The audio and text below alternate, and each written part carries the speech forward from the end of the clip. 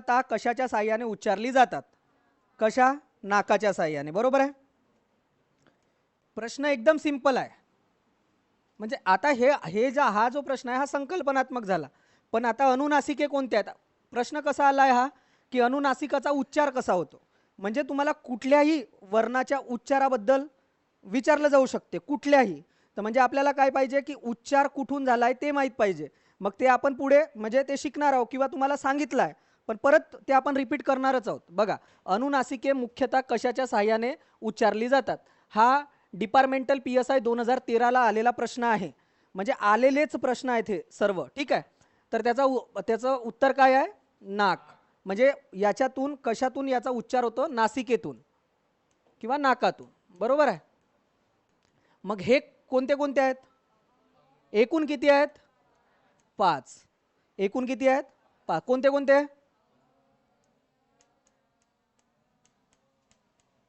न, न, म. यांनाच आपण काय म्हणतो? म्हणजे अनुनासिके म्हणतो. परत हे मृदू वर्ण पण आहेत, अजून मृदू वर्ण पण आहेत. बरोबर आहे. आणि परस वर्ण पण आहेत. ठीक आहे. आणि तो नियम आपण पाहला होता. ठीक आहे. पुढे जाऊ. तुम्हाला हे माहीत आहे की म्हणजे मूर्धा म्हणजे मूर्धेतून होणारे मूर्धन्य, ओठातून होणारे ओष्ठ.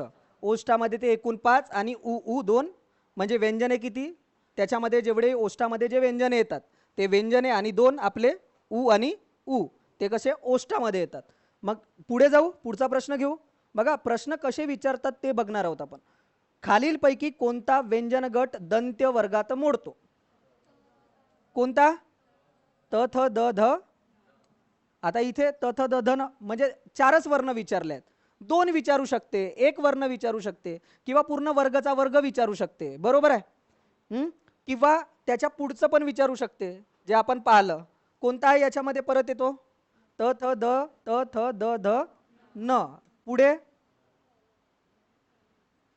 अरे पुढे दंत वर्गात येणारे पुढे एवढेच आहेत. हा, मग लस आहे ना. मग हे नाही देतील, केवळ लस देतील. बरोबर आहे. केवळ तेवढंच देतील आणि मग विचारतील की दंत व्यंजन ओळखा. आता इथं व्यंजन गट म्हणलाय, होऊ शकते व्यंजन गट किंवा व्यंजने ओळखा असंही म्हटलील. आता गट दिलाय पूर्ण गटचा गट, त्याच्यामुळं 1 देतील, 2 देतील. प्रश्न तोच प्रश्न राहणार आहे, तोच प्रश्न असणार आहे. त्याचा विचारण्याचा जो म्हणजे पॅटर्न आहे तो वेगवेगळा असू शकतो. ठीक आहे.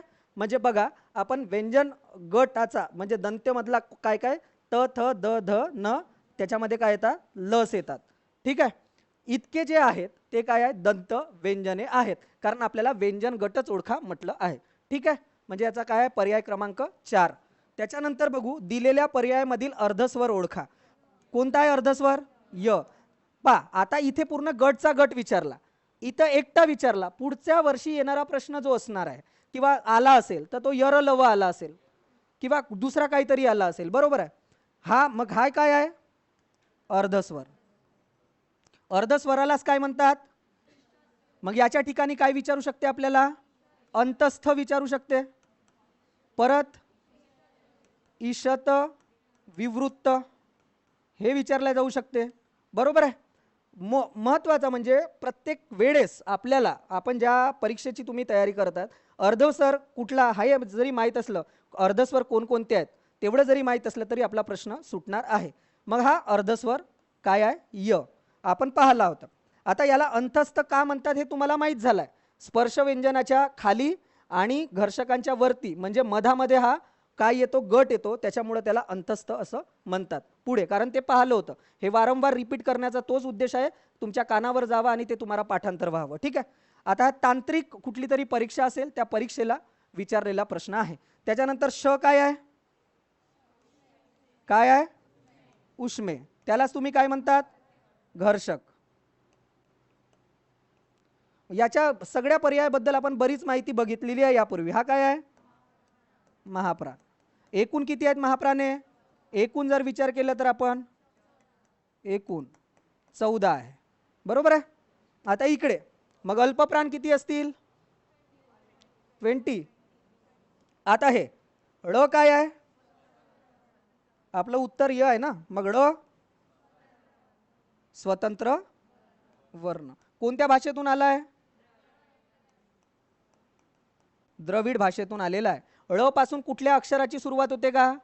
कुठल्याही शब्दाने तो युक्त असू शकतो. एखादी शब्द ळ ने युक्त असू शकतो, पण ळ या शब्दापासून, य या अक्षरापासून किंवा ळ या वर्णापासून, ळ या वर्णापासून म्हणा, अक्षरापासून म्हणा, कुठल्याही अक्षराची म्हणजे या अक्षरापासून कुठल्याही शब्दाची सुरुवात नाही होत.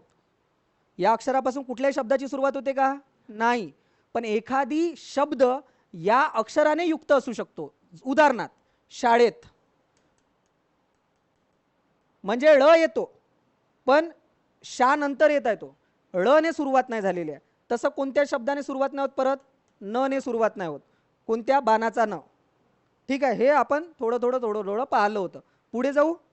चला, ते हे असं आपल्याला तुम्हाला असं वर्णनात्मक एखाद्या प्रश्नावर विचार करून आपल्याला प्रश्न सोडवायचे आहे. जर तुम्हाला याची उत्तरं येत आहेत, याचा अर्थ असा आहे की तुम्ही बरोबर चांगल्या ट्रॅकवर आहात, आपण बरोबर जात आहोत. त्याच्यानुसार हा प्रश्न सोडून देऊयात, हे पुढे येणार आहे. पुढचा प्रश्न घेऊयात आपण. हे पुढे शिकणार आहोत आपण. त्याच्यानंतर तसंही ते तुम्हाला काढता येईल उत्तर, पण आपण पुढचा प्रश्न ते बघितलं नाही तर जाऊ आपण 46व्या प्रश्नावर. बघा आता, व्यंजनांना अक्षरत्व येण्यासाठी काय करावे लागते? व्यंजनांना अक्षरत्व येण्यासाठी व्यंजने मुळात हे अपूर्ण आहेत. बरोबर आहे, व्यंजने काय आहेत? अपूर्ण आहेत. म्हणजे काय आहेत? अपूर्ण अर्थाची आहेत. मग त्यांना पूर्ण अर्थ कोणत्या कशाने प्राप्त होतो?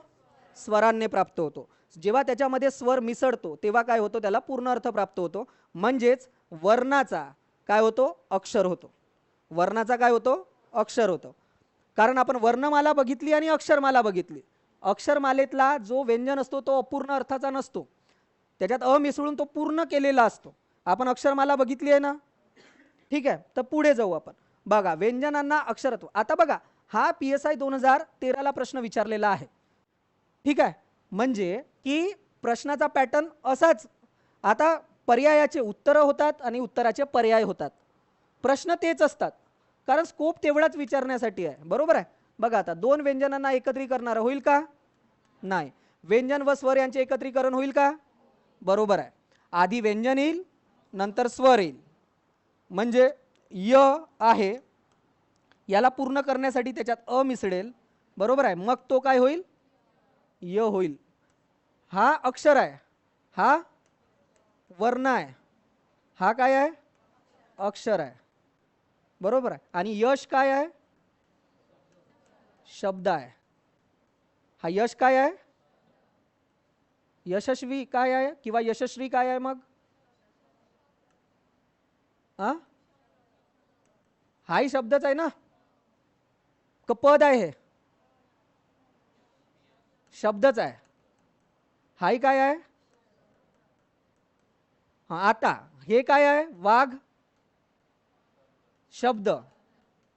वाघा काय आहे? सामान्य रूप, कारण बदल. आणि वाघानी काय आहे?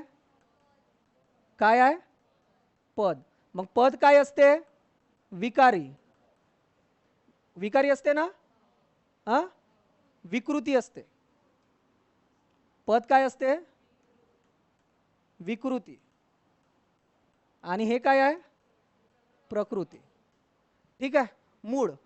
पण सामान्यतः सगळ्याच आपण जे शब्द असतात त्याला शब्द म्हणतो, पद. पण सगळेच जे पद आहेत, बरोबर आहे, जो बदल झालेला जो शब्द आहे त्याला विकृती म्हणतो आपण, कारण तो मूळ शब्द नसतो. वाघापासून काय झाला? तो वाघानी हा शब्द तयार झाला. हे बघितलं होतं आपण. आता घेतलं की तुमचं आहे का तुमच्या डोक्यामध्ये ते, त्यासाठी घेतलं मी ते. हाच वापरावा लागेल आपल्याला. ठीक आहे, आता पुढे इथे बघूयात आपण. व्यंजनापासून स्वर काढून टाकल्यावर होईल का? उलट प्रक्रिया आहे. हे काय आहे? उलट प्रक्रिया. काढला तर तो परत काय होईल? वर्ण होईल. अक्षर राहील का? नाही. आता इथून हा अक्षर झालेला आहे, याच्यातून जर मी अ काढला तर तो परत वर्ण होईल. त्याला अक्षर करण्यासाठीच तर आपण त्याच्यामध्ये अ मिळवला आहे ना, तेव्हा ते अक्षर झालाय. हा लंगडा, याला आपण काय हल चिन्ह म्हणतो, ते यासाठी लावतो की हा अपूर्ण अर्थाचा आहे. आणि हा जो आहे काय आहे? स्वर पूर्ण अर्थाचा आहे. तर व्यंजनांना पूर्ण अर्थ होण्यासाठी, त्यांना अर्थपूर्ण बनण्यासाठी काय करतो? त्याच्यात आपण स्वर मिसळवतो किंवा टाकतो. ठीक आहे, म्हणजे आपलं उत्तर काय आहे? 2 बरोबर आहे. दोन स्वरांचे एकत्रीकरण नाही होत. दोन स्वर एकत्रीकरण झाला तर संयुक्त स्वर बनू शकतो, द्वित बनू शकतो, मोठा स्वर दीर्घ स्वर बनू शकतो. ठीक आहे. किंवा स्वर प्लस स्वर जेव्हा एकत्र येतात तर पुढे ते संधीमध्ये आपण बघू, स्वर संधी होते. त्याच्यानंतर बघूयात आपण 46वा झाला. 47वा प्रश्न. त्याच्यानंतर र या व्यंजनांची जोडाजोड लिहिण्याच्या किती पद्धती आहेत? किती आहेत? प्रश्न आलाय म्हणजे अनावधानानं मी सांगितलंय तुम्हाला आधी, म्हणजे ते पुढे येणार आहे, पण आधीच सांगितलं होतं आपण की र ला किती प्रकारे लिहिल्या जाते. र ला किती प्रकारे लिहिल्या जाते म्हणजे र या व्यंजनाची जोडाक्षरे लिहिण्याची किती पद्धती आहेत? तर किती आहेत? 4. मग त्या पद्धती आपण बघूयात आता एकदा. कशाने बघू? याच्यावर बघा. आता आपल्या मराठीमधलाच एक अक्षर घेऊयात आपण किंवा शब्द घेऊयात. काय आहे शब्द? वर्ण. मग एक काय झाला? रफार झाला वर्णाचा. अजून ग्रंथ, हा एक र झाला. पुन्हा राष्ट्र किंवा महाराष्ट्र घेऊ आपण. चला तुम्ही राष्ट्र म्हणता तर राष्ट्र घेऊ.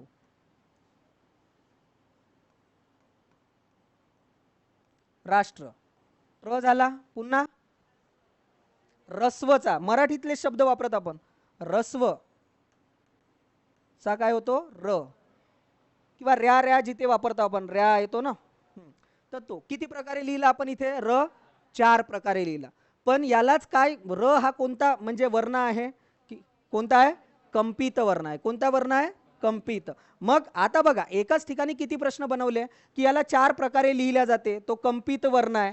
किंवा तुम्हाला पुढे म्हणजे असं येईल की एक वर्ण 4 प्रकारे लिहिला जातो, तो वर्ण ओळखा, तो खाली येईल. बघा प्रश्नाचं उत्तर बनते, उत्तराचा प्रश्न बनतो, प्रश्न सेमच असतात.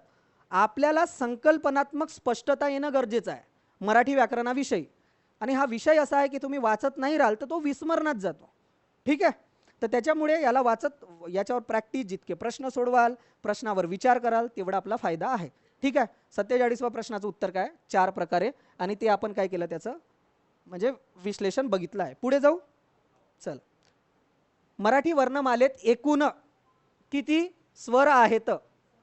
आहे का इथे? सुटलं ते म्हणजे आता आपण लिहून घेऊया. कोणता? 3. 3 आहे 16 आणि 4 आहे 14. हां, पर्याय आता ओळखा. किती आहे? 14 आहेत एकूण. बरोबर आहे.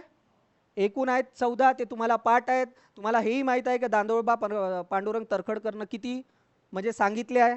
आता ते तुम्ही जेवढे ग्रुपवर लवकर ॲड व्हा ते लवकर लवकर येतील, ज्यांनी लिहिला नाही आहे ते. ठीक आहे, पाहून घेऊ. एकूण किती आहेत? 14 आहेत. आधी 12 होते, 2009 नंतर ते किती झालेले आहेत? 2 त्याच्यात ॲड केलेले आहेत. ठीक आहे. आपल्या महाराष्ट्र शासनाच्या वर्णमाला आता किती याची आहे? 52.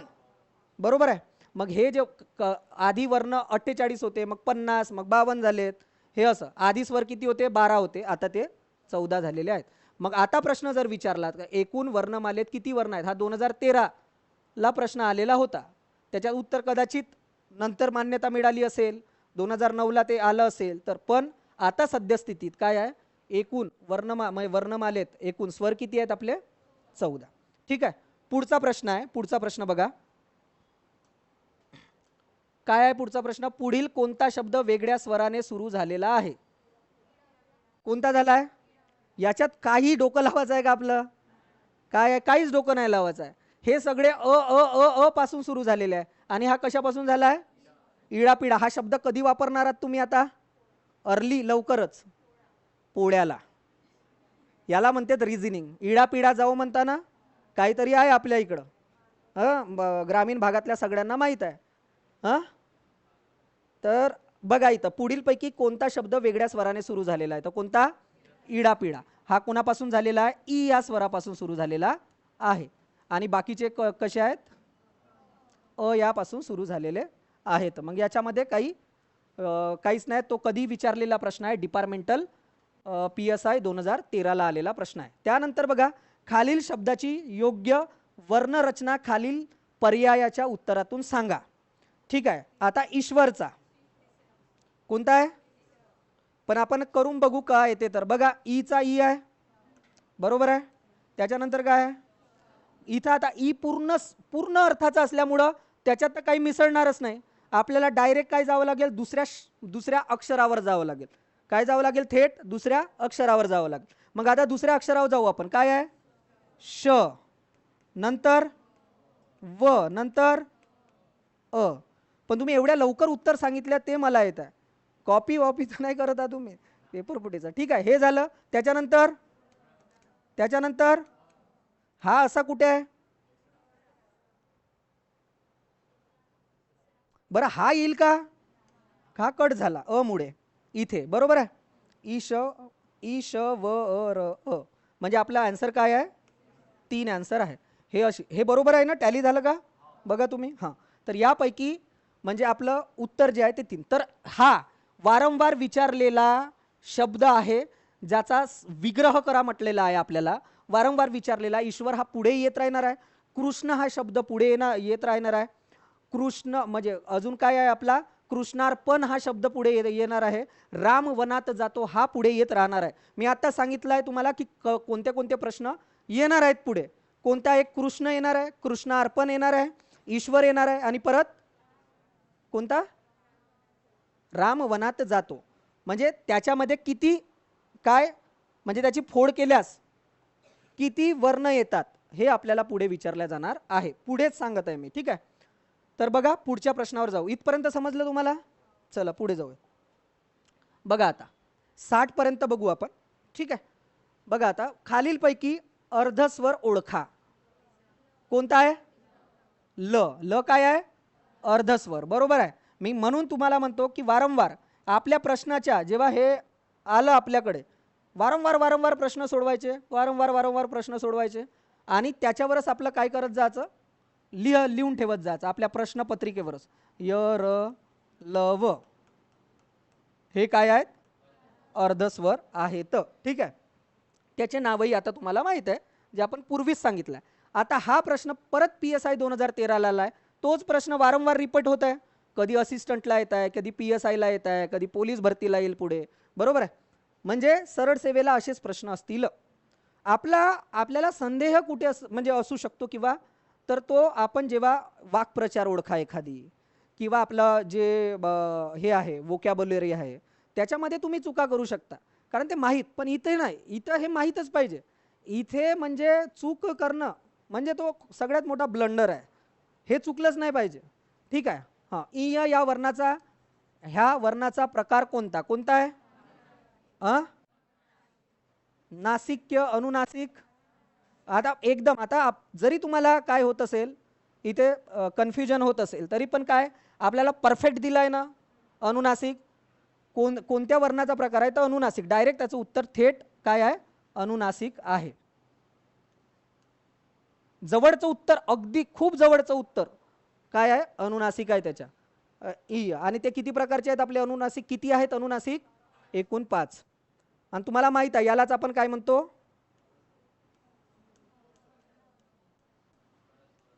हां. चला पुढे. आता हा अंग, इ, न, म तोच आलाय. कोणते वर्ण आहेत, कोणते आहेत, अनुनासिक. आता बघा हा 2012ला आला असेल. काय आहे, डिपार्टमेंटल असिस्टंट. हा 2012ला प्रश्न, हा 2013ला प्रश्न, हा 13ला डिपार्टमेंटल PSIला. सेम परीक्षा, तेव्हा परीक्षा वेगवेगळ्या व्हायच्या, म्हणजे तेच ते प्रश्न रिपीट होत आहेत. विचारण्याचा जो हे आहे, पद्धत आहे, ते काय आहे, वेगवेगळी आहे. पुढे प्रश्न कठीण होत जाणार आहेत आपले, जेव्हा आपण 60, 70, 100. आता तुम्हाला एक प्रश्न पुढे दाखवतो. आता बघा कसा येतो. तर त्याच्यानंतर बघा 54वा प्रश्न. मूलध्वनीच्या यादीला पुढीलपैकी काय म्हणतात, काय म्हणतात, काय म्हणतात, वर्ण. काय म्हणतात, वर्ण. ते कॉपी पेस्ट मध्ये होतं तसं, त्याच्यामुळे त्याच्याकडे तुम्ही लक्ष नको द्या. मूलध्वनीच्या यादीला काय म्हणतात, वर्ण असे म्हणतात. आपण त्याला वर्ण म्हणतो किंवा वर्णमाला असं म्हणतो. पुढे आपण मागच्या बॅचपेक्षा पुन्हा ॲडव्हान्स आहोत, कारण असे प्रश्नचा आता पॅटर्न आपण बऱ्याचपैकी दरवर्षी आपण अपडेट होत जात आहोत. बघा कोणत्या संधीमध्ये जवळ जवळचे 2 स्वर एकत्र मिसळतात. आपण संधी पाहिलाय का, नाही, पण कोणती संधी असेल ते, स्वर संधी. कोणती संधी? स्वर संधी. स्वर प्लस स्वर स्वर संधी. व्यंजन संधी कशी? व्यंजन प्लस स्वर व्यंजन प्लस स्वर आणि विसर्ग प्लस व्यंजन स्वर. आणि स्वरादी तुम्हाला माहित आहे, दोन आहेत आपले स्वरादी. कोणते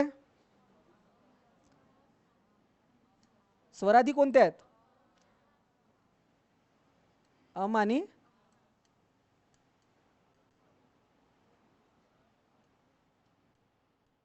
अमा. मग याला काय म्हणता तुम्ही? अनुस्वार. ठीक आहे, आपण बघितलं समोर. चला, आणि तो काय आहे? विसर्ग. चला पुढे 56वा प्रश्न बघू आपण. अनुस्वार व विसर्ग इथपर्यंत तुम्हाला आहे ना क्लिअरिटी? अनुस्वार व विसर्ग यांचा उच्चार करताना आधी स्वर यावा लागतो, म्हणून यांना म्हणतात काय म्हणतात? स्वरादी असं म्हणतात. त्यानंतर थेट प्रश्न भेटून जातात आपल्याला. मराठी वर्णमालेत एकूण किती वर्ण आहेत? आहे का आपलं उत्तर? मग किती असायला पाहिजे? किती असायला पाहिजे? मग हा कधीचा? 2014. तोपर्यंत ते यायचे होते एकत्र, जरी 9चा शासन निर्णय असेल तरी. ठीक आहे, म्हणून आपला किती असेल आताचं उत्तर? 52. ते 52 करून घ्यायचं. किती उत्तर आहे एकूण? 52 वर्णमालेत. एकूण आहेत 52 सध्या. ठीक आहे, त्याच्यानंतर रिकाम्या जागी योग्य शब्द वापरा. मराठीतील तत्सम इकारांत व उकारांत शब्द लिहावेत. हे झालंय का आपलं? नाही, आपण बघू पुढे, याला स्किप करू. चल 59 60 पर्यंत आपण थांबून जाऊ. आहे का आपला? प फ या व्यंजनांचे उच्चार स्थान लिहा. काय आहे? ओष्ठ. काय आहे? ओष्ठ. कोणते कोणते येतात आपल्या ओष्ठेमध्ये? प फ ब भ म. पुन्हा उ उ. पण आपल्याला त्यांनी व्यंजन विचारले आहे फक्त. काय विचारले आहे? व्यंजन. आणि हे काय आहे? स्वर आहेत. हे काय आहे? स्वर आहेत. पण ते ओष्ठामध्ये येतात म्हणून आपण काय लिहिलं? त्यांना लिहून घेतलं. म्हणजे पूर्ण व्यंजने कोणते आहे? प फ ब भ आणि म. ठीक आहे, चला त्याच्यानंतर बघा ट ठ. ट ठ काय येईल? ट ठ ड ढ आणि न असे वर्ण पाहिजे ते ॲक्च्युली. ठीक आहे, ट ठ ड ढ न. हां चल घ्या. इथे काय आहे? काय येते? कोणता आहे? काय आहे? मूर्धन्य आहे. माहीत झालं पा. प्रश्न तेच आहे 2023चा. प्रश्न पुढे वाढत जातील आणि पुढे काय होईल की तुम्हाला पुढे प्रश्नांचा जे लेवल आहे ते वाढत जाणार आहे. इथपर्यंत पाहिलो आपण. एक प्रश्न तुमच्या माहितीसाठी आपण पाहू की प्रश्नांची लेवल पुढे काय. तेच आहेत प्रश्न वारंवार. बघा यरलव ते पाहू आपण पुढे. एक प्रश्न दाखवतो तुम्हाला, प्रश्न कसे येऊ शकतात. पुढे प्रश्न वाढत जातील, त्याची लेवल वाढत जाईल. हां, हा एक प्रश्न आहे. हा प्रश्न बघा 70वा प्रश्न. ठीक आहे, बघा आता म्हणजे प्रश्नाची एकदम सोपा प्रश्न आहे. या प्रश्नात काहीच नाही आहे. अ आणि ब गटातील योग्य विसंगत काय आहे? विसंगत आहेत. अ आणि ब हे दोन गट जे आहेत ते विसंगत लावलेले आहे म्हणता येते. काय? त्याच्या जोड्या विसंगत आहेत, त्या आपल्याला योग्य लावायच्या आहेत. मात्र पर्यायी उत्तरात चारही जोड्या योग्य व सुसंगत असणारे एकच उत्तर योग्य आहे, ते कोणते? असा प्रश्न विचारू शकते. म्हणजे अ ब गटातील काही विसंगत जोड्या आहेत किंवा जोड्या लावा याच्या खाली. तर बघा आता इथे बघू, शेवटी उभा दांडा असणारी व्यंजने कोणता आहे? म्हणजे हे बरोबर आहे. गणेश सांगितलं होतं मी. काय सांगितलं होतं? गणेश. म्हणजे स्वतंत्र उभा दांडा आहे यांना मागे. हे बघ ना, बघायचं आहो आपण. पण तुम्हाला प्रश्न सांगत आहे स्वतंत्र उभा दांडा शेवटी तो चिपकत आहे का? नाही. ठीक आहे, इथं अर्धा दांडा असणारी पण अर्धी न होऊ शकणारी आहे का इथे? पण असेलही तरी तो योग्य जोडी लागली आहे का? जे शेवटी स्वतंत्र उभा दांडा असणारी. थांबा, हे बरोबर आहे. बघा आता शेवटी स्वतंत्र उभा दांडा असणारी जोडी कुठे लागेल आपली? इथे. शेवटी उभा दांडा असणारी पण चिपकून असू शकते ना, हे कुठे लागेल, इथे लागेल. शेवटी उभा दांडा आहे पण तो चिपकून आहे, तर तो कुठे येईल, शेवटी उभा दांडा असणाऱ्या व्यंजनामध्ये. आता इथे बघा, शेवटी स्वतंत्र उभा दांडा असणारी व्यंजने कोणती आहेत, ग आणि न, म्हणजे काय येतील त्याच्यामध्ये काय येतो, गणेश. आता अर्धा दांडा असणारी पण अर्धी न होऊ शकणारी कोणती आहे, ट आणि थ. मला वाटलं हे सिंगल आहे पण इथं जोड्या लावा आहे आणि ते जोड्या लावा असेल पुढे किंवा घेतलं नसेल मी. आता पुढे बघा, आता काय म्हणतो, मध्ये उभा दांडा असणारी व्यंजने कोणती आहेत, क आणि फ. म्हणजे आपल्याला इथे जोड्याच लावायच्या आहेत, कारण अ ब गटातील योग जोड्या विसंगत आहेत.